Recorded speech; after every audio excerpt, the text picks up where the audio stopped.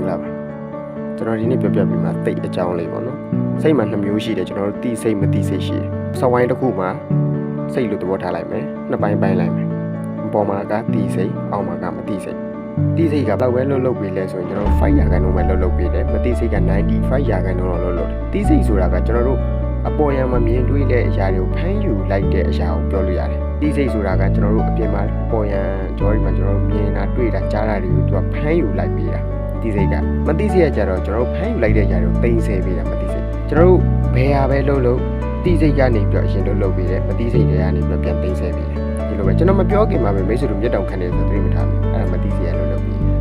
အခုတော့မိတ်ဆွေတို့မျက်တောင်ခန့်နေဆိုတာသတိထားမိသွားဒီလိုပဲအသက်ရှူနေတဲ့မိတ်ဆွေတို့ကျွန်တော်အခုပြောလိုက်တဲ့အချိန်ကျမှမိတ်ဆွေတို့အသက်ရှူနေတယ်ဆိုတာကိုသတိပြန်ထားဒါပဲဒါကကျွန်တော်တို့မတိစိတ်ကနေလှုပ်ပြီးမတိစိတ်က95ရာခိုင်နှုန်းလောက်လှုပ်ပြီးနေတယ်